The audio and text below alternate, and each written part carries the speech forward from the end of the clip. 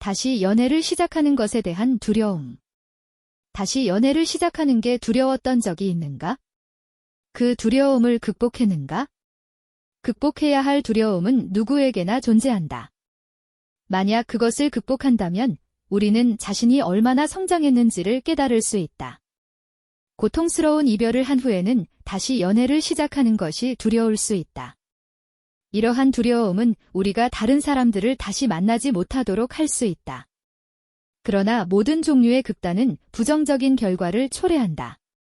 다시 다칠까 봐 두려워하는 건 당연하지만 관계를 아예 맺지 않으려고 하는 극단적인 태도는 우리를 더 해칠 수 있다. 우리의 경험을 제한하는 건 결코 긍정적인 태도가 아니다. 대신 우리는 그 경험으로부터 배워야 한다. 인생의 경험을 피하면 우리가 성장하는 데 방해가 될 뿐이다. 두려움을 피하는 건 좋은 전략이 아니다. 만약 사람들 앞에서 말하는 게 두렵다면 어떻게 해야 할까?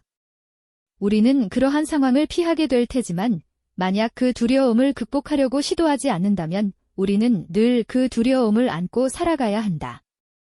다시 연애를 시작하는 것에 대한 두려움도 마찬가지다. 두려움이 너무 강해지면 그것을 극복하려고 하는 대신 불안과 다른 기억들이 다시 이별하게 될 수 있다는 사실을 끊임없이 상기시켜준다. 두려움은 늘 어떤 방식이나 형태로든 존재하며 우리는 제약을 느낀다. 누군가를 만나는 것에 있어 제약을 느끼고 좋아하는 사람과의 관계를 시작하려는 시도에서도 제약을 느낀다. 그리고 이는 우리가 가질 수 있는 모든 관계로부터 계속 배울 기회도 제한한다. 다시 연애를 시작하는 것이 두렵다면 우리가 똑바로 직면했던 다른 두려움에 대해 생각해보자. 이는 두려움을 극복하기 위한 좋은 전략이 될 수 있다. 대중연설, 혼자 여행하기, 해외 거주 또는 원하지 않는 일을 중단하는 등 이전에 우리가 성공적으로 직면했던 두려움이 있을 것이다. 처음에 느꼈던 그 두려움이 무엇인지 기억할 수조차 없다면 그것은 우리를 속박했던 두려움에서 벗어나는 일이 얼마나 멋진지를 보여줄 뿐이다. 자유롭다는 느낌을 기억하는가? 두려움이 더는 우리를 막을 수 없다는 사실을 깨닫고 안도감을 느꼈던 때를 기억하는가? 그 느낌을 다시 찾아보자.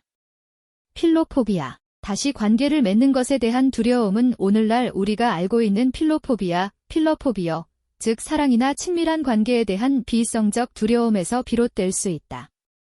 필로포비아로 고통받는 사람들의 특징은 무엇일까? 상대방이 자신과 관계를 맺는데 적합하지 않다는 것을 증명하기 위해 그 사람의 결함을 찾는다. 사소한 문제로 싸움을 시작해 상대방을 지치게 만들려고 하고 그 사람이 관계를 시작하기 원치 않도록 만든다. 관계가 심화하는 것을 막기 위해 상대방의 전화를 피한다. 당연히 이 모든 태도는 필로포비아로 고통받는 사람이 다시 관계를 맺는 것을 막는다.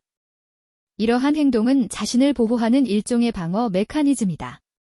관계를 무서워하는 사람들은 다시 관계를 맺으면 자신이 취약해질 거라고 생각한다. 그렇다면 이 두려움을 극복할 수 있을까? 우리는 언제 두려움을 느끼는지 알고 전문적인 도움을 구해야 한다. 때때로 고통스러운 과거의 경험은 우리 스스로 극복하기가 어렵기 때문이다. 두려움의 무게에서 벗어나기. 관계에 대한 두려움에서 벗어나 자신을 해방하는 건 청량제와도 같다. 우리가 두려움에서 벗어날 때 관계가 심화할 거라고 미리 가정하지 않고 사람들을 만날 수 있다.